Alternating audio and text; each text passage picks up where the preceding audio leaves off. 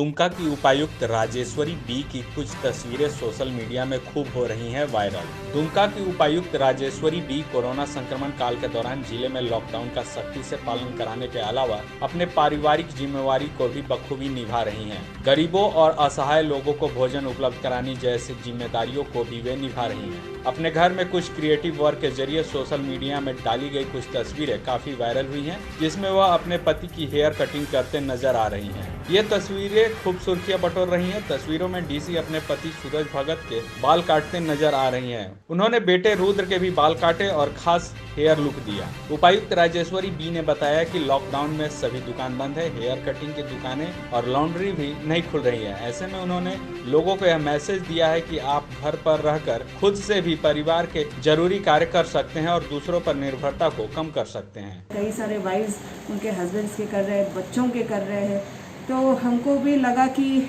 क्योंकि वो भी चाह रहे थे कि उनका थोड़ा जो बढ़ रहा था, बाल बढ़ रहा था और वो चाह रहे थे कि वो कटिंग कराए, तो हम लोग सोच रहे थे कि कैसे होगा, अब तो लॉकडाउन है। तो फिर मैंने बोला क्यों ना हम ही ट्राई करें आपका।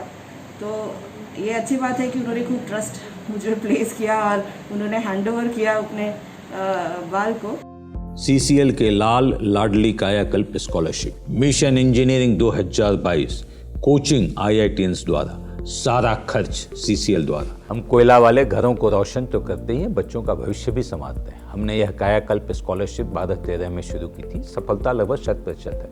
बच्चे अप्लाई करें, कम से कम इंजीनियर अवश्य बने और एक अच्छा इंसान बने। विस्तृत जानकारी के लिए चेक करें हमारा वेबसाइट www.cclkelalandladli.in।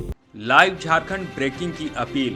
कोरोना वायरस के संक्रमण से बचने के लिए घरों में रहें और सुरक्षित रहें। हम भी आपसे यही आग्रह करते हैं कि लॉकडाउन के दौरान घरों में रहें और सुरक्षित रहें। खुद का ख्याल रखें और दूसरों का भी ख्याल रखें।